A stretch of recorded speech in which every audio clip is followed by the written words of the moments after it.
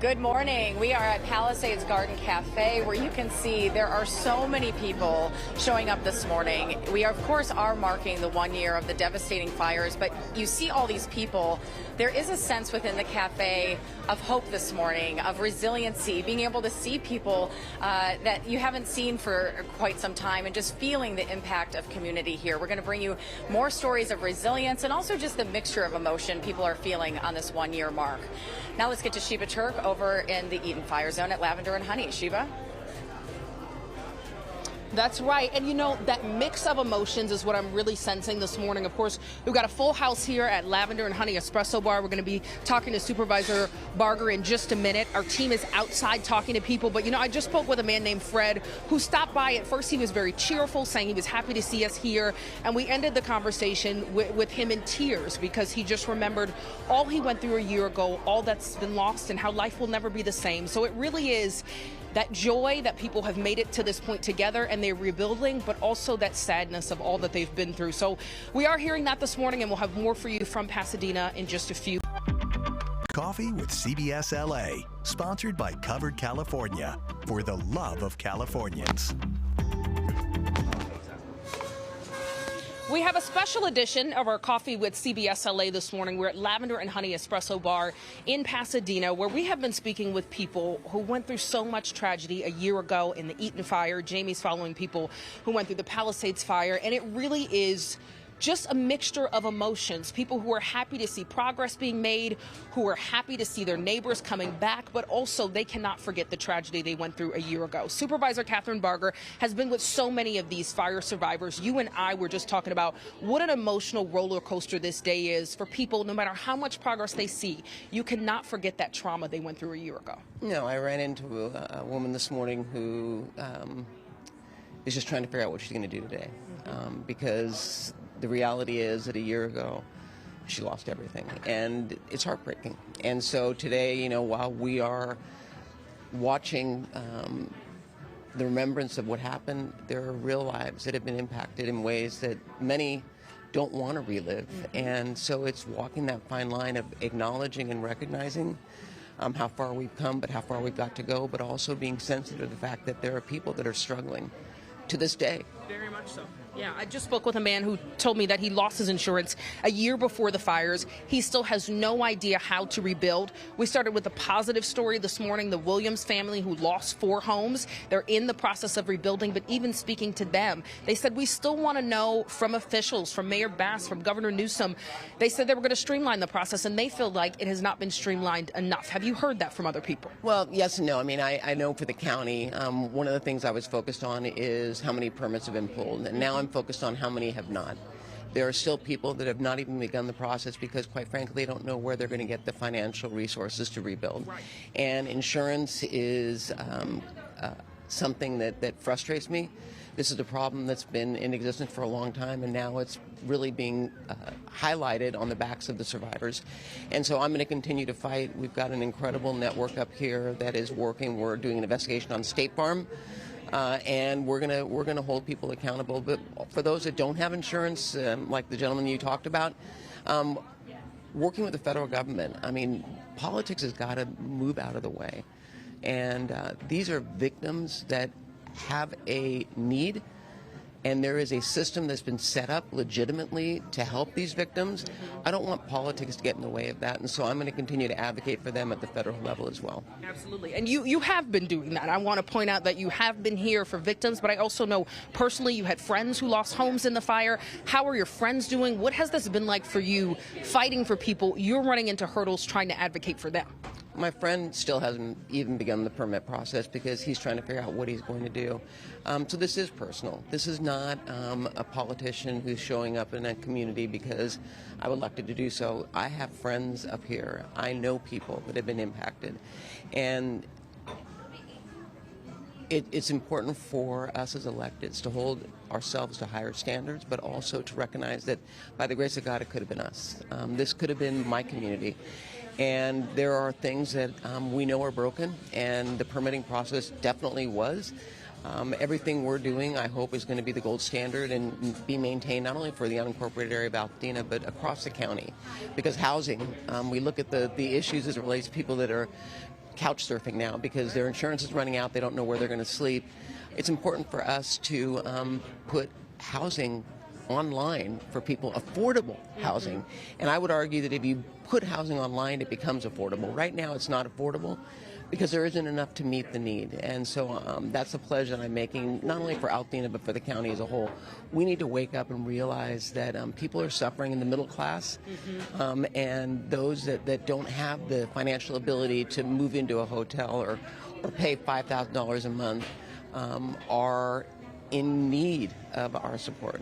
Absolutely. Our goal here today is not to rehash those terrible memories, but to let people in the community know that we have not forgotten, officials have not forgotten. What is your message? I am getting sad this morning hearing so many people just who it feels like are losing hope a year later when they're not seeing progress in their situation. What do you say to those folks? You know, I have to say, when I was up at the Christmas tree lane lighting, the word that kept coming up was hope, hope, hope. The community coming together, seeing things that are traditions still in play. So I believe the hope is still there. Today is a solemn day, and so many are going to have to relive, and that hope may diminish for a period of time. My goal is to continue to keep that hope alive and to prove that, in fact, government can and will work with you to make things happen. Absolutely. And what do you think we'll see next from government? What is the next step on the government side a year later? Well, for me, it's focused on those that have not pulled permits. We know the number of people that have submitted their applications, and I'm going to be meeting with a group today to find out what are the impediments. I know it's money, and I don't want that the wealthy to be able to rebuild and those that don't have the means to not be able to rebuild. The equity issue is alive and well, and something that we need to acknowledge, especially on the west side of Altadena. So it's moving forward. It's going to be about shedding light on that. I've always said transparency is the key.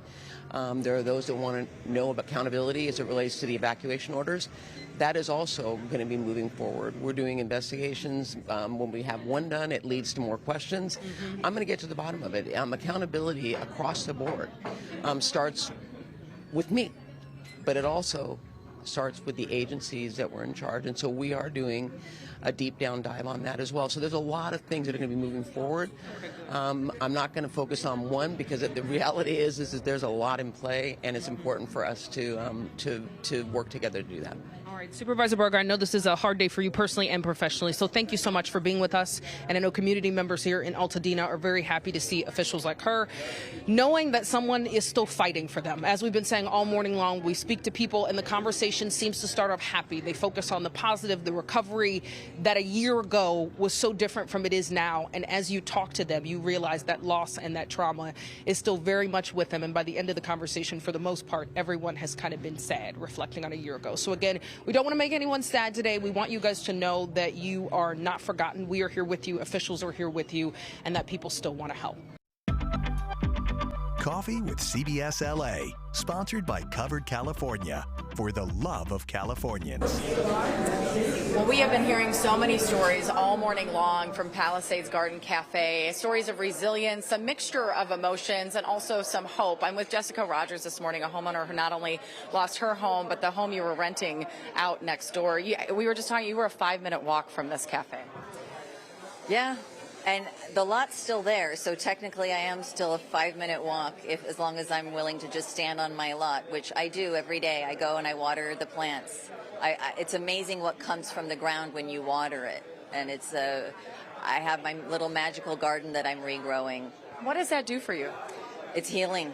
That's my medicine. And I watch what the earth does.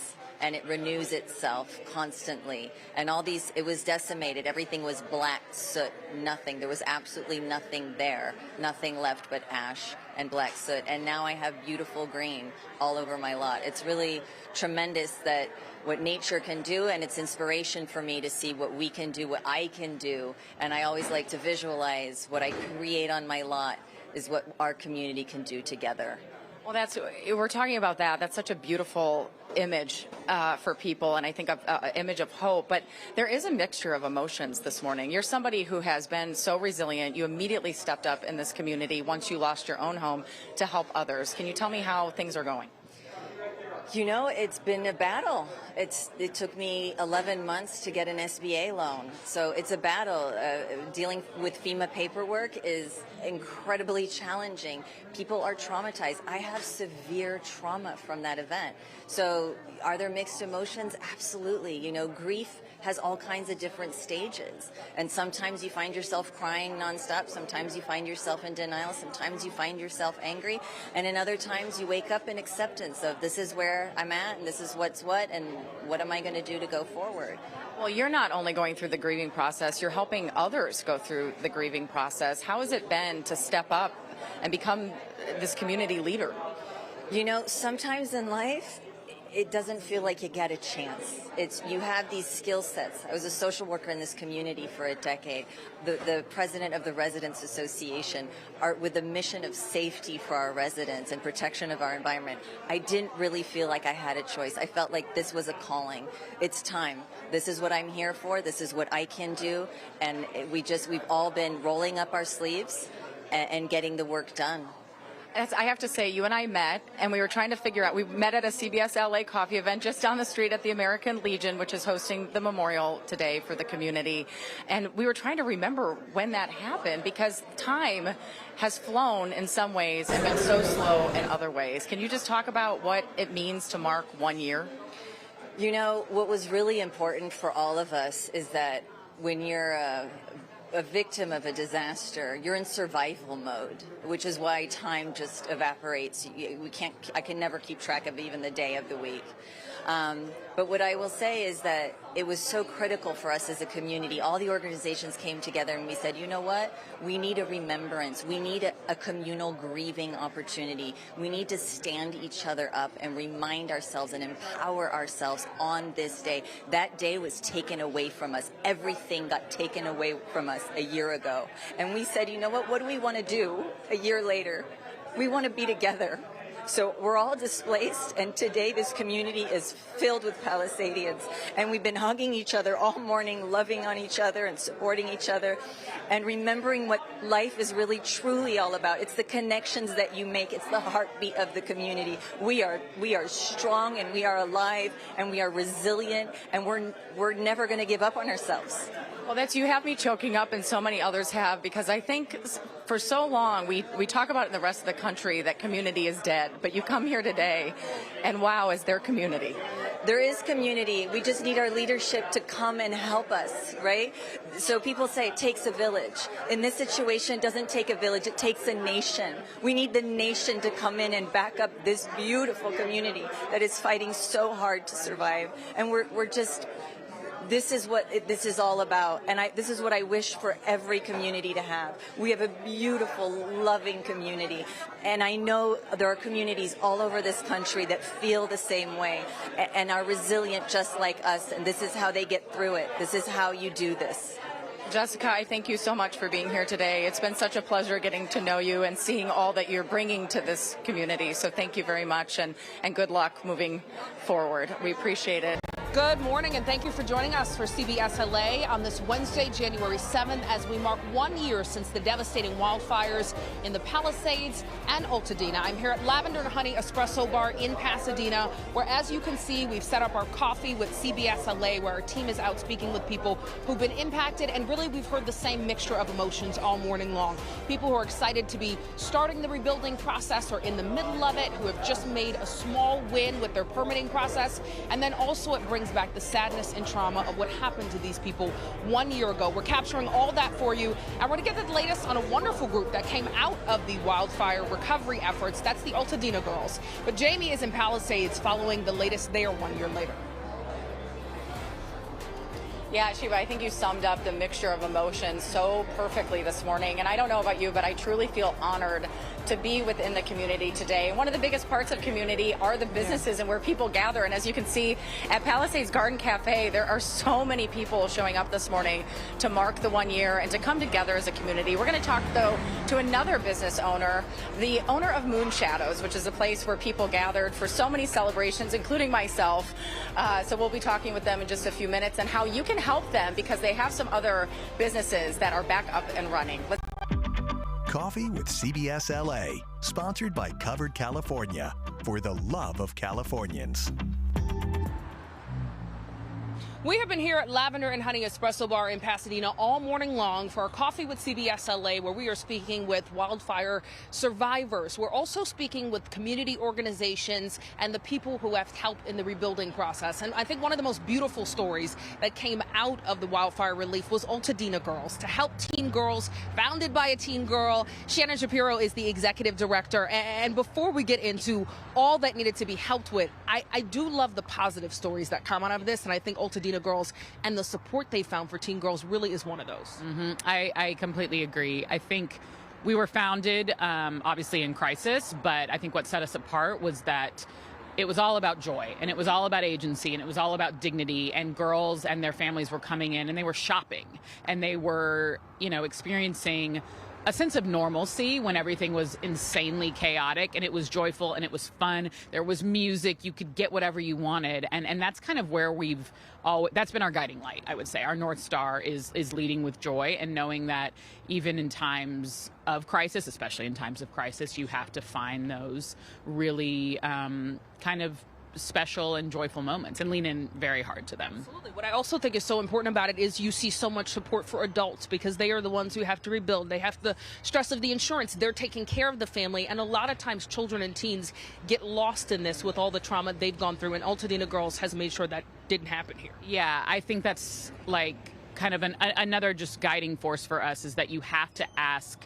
teens what they want. And so often, especially teen girls, do not get asked. But Avery, our founder, took it upon herself. She was with her friends, they had all evacuated, and she was hearing from them what they needed. They wanted their clothes. They wanted their makeup. They wanted the stuff that makes a teen girl feel like themselves. And that is so real, and it's authentic. And I think that's why it really resonated with, the world at large, because, when you ask girls what they want, they will tell you.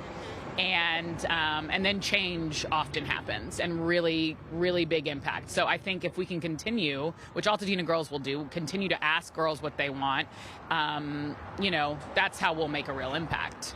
Yeah. You have to. Has that need changed 1 year since? It's changed a good amount, in that we were in such crisis response mode, and everything was moving very fast, and it was all about, let's get as many essentials, let's get as much support as we can, and distribute. And then when we started to shift into this community center, which we're now, so grateful to have in Pasadena, it was more about, let's start talking to the girls about what do they actually want. We're open 4 days a week, starting next week, Monday through Thursday, 3 to 7 p.m. Girls can drop in, and teen girls can drop in, and they're going to get essentials. So our free store is always open. They'll get emotional support. We have different mental health partners that come in. And then there's community. So whether they want to just come in, hang out in a focus room and do their homework with friends, or do they want to, engage in a dance class or yoga or something like that, one of our offerings, they can really do what they want. They have, again, back to what we originally, focused on, they have agency. They can come in and do what they want. And as long as we're continuing to talk to them and ask them what they want, I think our impact will, will only get stronger and bigger. Yeah. What do you hear from those girls who went through all that trauma a year ago? What are you hearing from them now about what you all have done for them and how it's helped them survive this? Well, one girl that comes to mind specifically, who I spoke to yesterday, she said that because of Altadena Girls, she is a more carefree person. She lost her home, she lost her school, she was evacuated, and she has a safe place to go that she knows is going to be trauma-informed, but not in that, in-your-face way, in that way that teen girls will accept and understand. She's got caring adults around her, and it's just it's a third space. It's not school, it's not home, it's a place she can go and just be. And so she feels really grateful for it. And also girls want, they want the mental health support. They talk about that they want ways to express, and they want ways to deal, but they also just want to be with their friends. And that was a big part of our shift. We, at first our members have been fire affected. whether they lost their home or their school. And then recently in December, we opened up our membership to all girls in San Gabriel Valley, all teen girls 13 to 17. So, and that was because the girls told us we want to be with our friends. Yeah. Well, you guys have done some amazing work over the past year. Glad to hear that that Community Resource Center is open for the girls, and I'm sure you continue to do that as these girls continue to need support 1 year later. But we have more people we're talking to out here in Pasadena. Right now, I'm going to send it back over to Jamie Noe. Sheba, just such a powerful organization. I'm so glad to hear that they are still continuing on what their mission was at the beginning. I want to bring in J.D. Slackard, his family is the owner of Moon Shadows, and I came up to you, and I'm going to cry again. I spent my 40th birthday at your restaurant, and you hugged me, and your family's restaurant was so important to so many people in the community. Can you talk about what it's like a year later? Yeah, Jamie, well, thank you for your individual kindness. As I said off camera, it's an experience me and my family are all so used to at this point around not just LA, but around the world. People love to be at Moon Shadows, celebrate birthdays as you did, anniversaries, first dates. So, and I think that's so representative of why we're here today and doing the speaking about this place that we're doing is because the city needs hope. They need to be reminded of the warm memories we've had here, and those are all things that we'll see, as life moves on. And I'm very hopeful and feeling resilient about that. So. Your hopefulness and resilience is so amazing to me because I also covered the 2018 Woolsey fire and know that your family lost your home in that. Yeah, we've dealt with this in every direction you can think about. After we lost Moon Shadows, I had this sort of desire to get back out in front of people and say, hey, you can rebuild. Like when we lost our home and we rebuilt that place and we went through that entire process, I knew that it was possible. And I knew not just so many people in the Palisades, but also in Pasadena and the Eaton Fires, which I know you guys are talking about today too, needed some of that inspiration and hope. And I've been happy to speak about some of that resiliency as much as I can because, this is not our first time dealing with the loss of a major structure like this. Well, that's a year ago, my crew and I went out and we found our live location, and it happened to be Moon Shadows parking lot. And it was one of those moments that you have that you can't believe what you're looking at. I've now continued to drive, obviously, PCH and see. Will Moon Shadows come back? Yeah, at this point, you can't really say too much about it. It's still such a process, and obviously there's so much going on in the city. But what I can tell you is that for those that love Moon Shadows and want to continue to support us, go to our other restaurant, The Sunset, which is just up the street in Malibu. We also have Ca del Sole, which is in Toluca Lake. And then my family has since relocated to Montecito. So shout out to my mom, the Montecito Mom of the Year, Jeanette Mallory, who's doing an amazing job getting her career interior design business started there. And my stepfather, Franco, who I'm sending so much love to, and all of our Moon Shadows family. There's so many other ways to support and also just be there for other residents that have lost businesses and homes because Malibu needs our help at large. So anybody who is interested, there's plenty of places to come. I mean, especially where we are right now, even in the Pacific Palisades that are open. So just want to remind people that businesses are still open and they can still support in many ways. I think that's an important piece because today you see, it's so busy in here, but this isn't every day. So people can come and support their local businesses. What I love that you told me is that so many of your workers from Moon Shadows have found other employment at your other restaurants. Those are hugs I give often as well. He's a good hugger, by the way. Our staff are like family. I mean, I grew up being a, this tall 12-year-old redhead running around with them, and I still think a lot of them see me as that, actually. But it's been amazing to keep seeing that family around us in many different ways, and I love all of them so much. I love this community. I'm going to continue to stand tall and be a representative of LA, remaining here. And I recently just became a professor at Cal Lutheran University, where I'm going to be teaching some students in a few weeks. So it's congratulations. Thank you. It's all about inspiring and reminding people that we can bounce back. And that's been a huge part of my sort of raison d'etre, and I continue to see that becoming who I am. Okay, Professor. So if there are lessons that you want people to learn today, marking the 1 year, what are they?